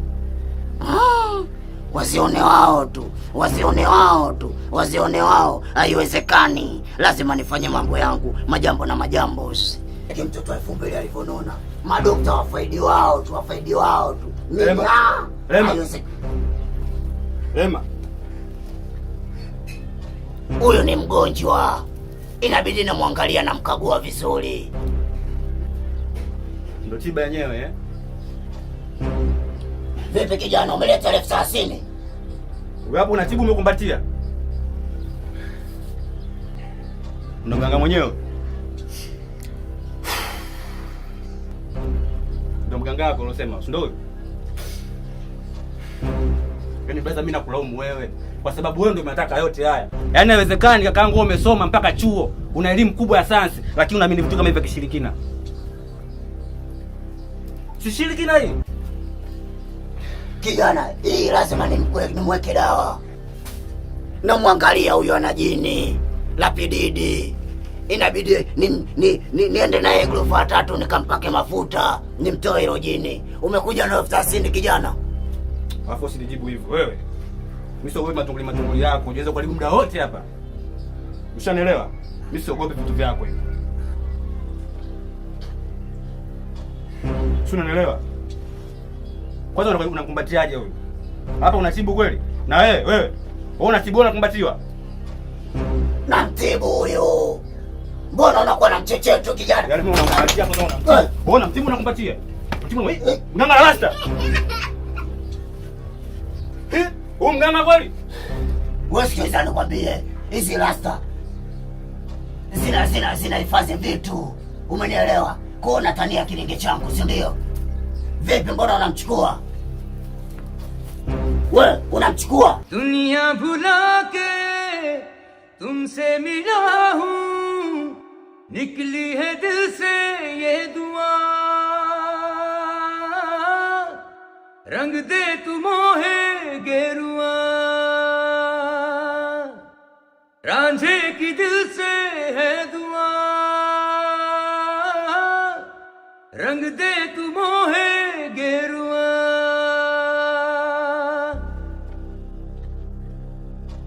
Cheki mambo ya grafia hayo. Mambo ya Facebook kusapuka, lazima usapuke, lazima ujinandi. Mambo mazuri hayo. Mama watoto. Wewe mwanaume gani wewe wa ovyo? Nakwambiaje, ufunguo wako nimeacha hapo chini utaukuta.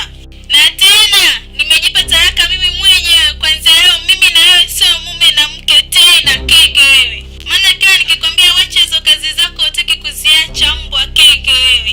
Wewe bodaboda wa Chamanzi, ufunguo wako nimeacha hapo ndo naondoka sasa. Maana boy mkubwa wewe, ovyo, mwangalie kwanza. दुनिया भुला के तुमसे Mama watoto. Mama watoto. Halo. Mambo gani nakosa mke sasa? Kisa uganga. Kwa nini?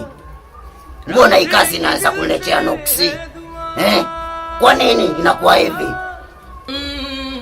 Nafsi yangu nilikupa uitunze mpenzi, na sasa jijisika kuchanganya mapenzi, ukasariti na ukanikana, ukaniacha dunia ikiniandama. Kuwa nawe tena itowezekana mpenzi, shampata ambaye tunapendana, majeraha makubwa yenye adui moyoni, mimi nishamwachia Maulana. Nafsi yangu nilikupa uitunze mpenzi, na sasa jijisika kuchanganya mapenzi, ukasariti na ukanikana, ukaniacha dunia ikiniandama. Kuwa nawe tena itowezekana mpenzi. Hivi kweli kaondoka mke wangu?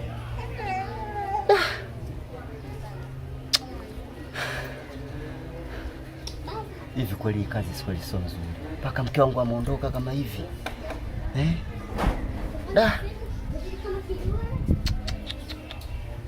Eti kisa uganga. Ona sasa nimekosa mke. Mke wangu kaondoka kaniacha.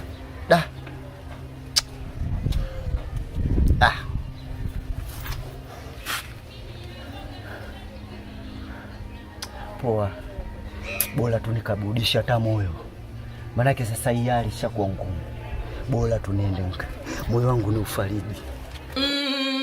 Nafsi yangu nilikupa uitunze mpenzi, na sasa jijisika kuchanganya mapenzi, ukasariti na ukanikana, ukaniacha dunia ikiniandama. Kuwa nawe tena itowezekana mpenzi, shampata ambaye tunapendana, majeraha makubwa yenye adui moyoni, mimi nishamwachia Maulana. Nafsi yangu nilikupa uitunze mpenzi, na sasa jijisika kuchanganya mapenzi, ukasariti na ukanikana, ukaniacha dunia ikiniandama. Kuwa nawe tena itowezekana mpenzi, shampata ambaye tunapendana, Oya, usimnyanga Kilomo. Ndio huyu mwenyewe mganga wako wewe, kwa mafuta ndio huyu hapa. Sikiliza, huyu itakuwa kafa huyu. Subiri kwanza kidogo. Sasa unashika hivi mwanangu. Umshaji itakuwa kalewa mwanangu. Kalewa kalewa. Ile mbona kama limelewa. Umeona moyo wake unadunda. Huyu mzima. Mimi kajua amekufa au mwanangu umeua. Oya, mwanangu umeua. Mwanangu umeua wewe. Oya, sikia mwanangu, nimeua sangapi? Sisi nitwe mkuta chini hapa, nimeua sangapi mwanangu? Tuiza akili yako. Chokupole hapa tumsitu mbeleke hata kwake. Tumbebe? Mimi si mbebi. Mimi naondoka basi, tufanye binadamu wangu kitu kimoja, tumsaidie kwa sababu unajua yuko njiani huyu. Sema kweli. Una bahati. Kudada deki, kuba babake na kubeba.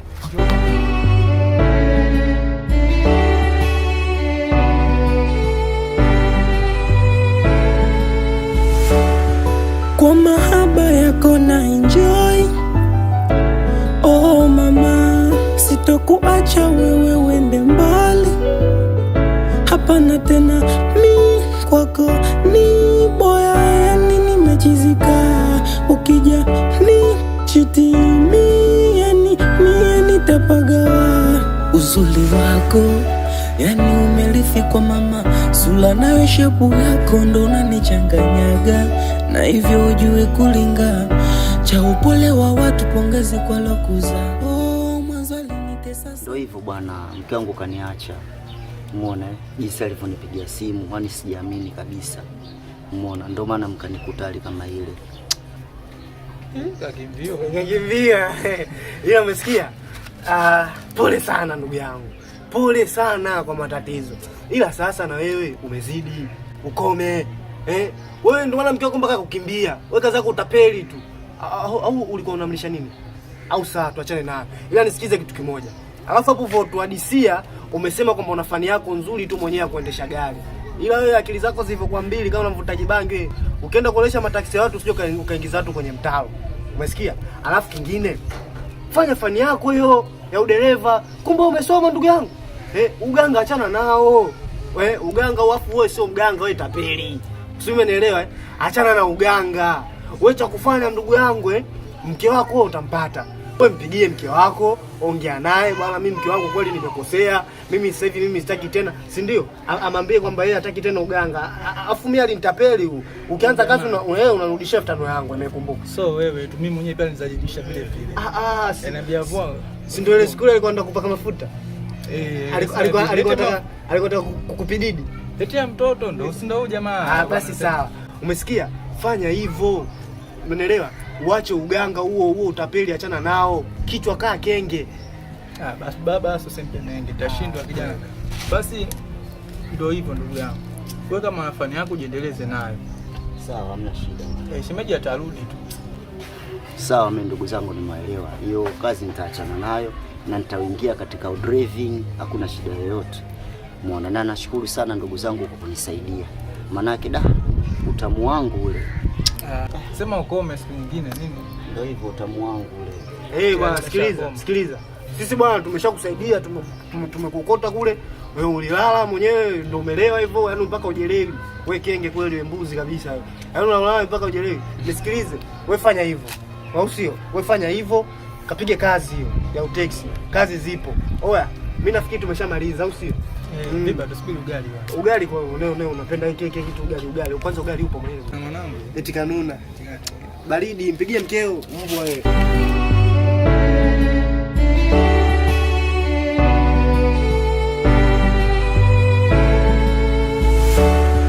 Kwa mahaba yako na enjoy. Oh mama, sitokuacha wewe uende mbali. Hapana tena, mi kwako ni boya, yani nimechizika. Ukija ni chiti mi, yani mie nitapagawa. Uzuri wako yani umelifi kwa mama, sula nayo shepu yako ndo unanichanganyaga. Na hivyo ujue kulinga cha upole wa watu, pongezi kwa lokuza.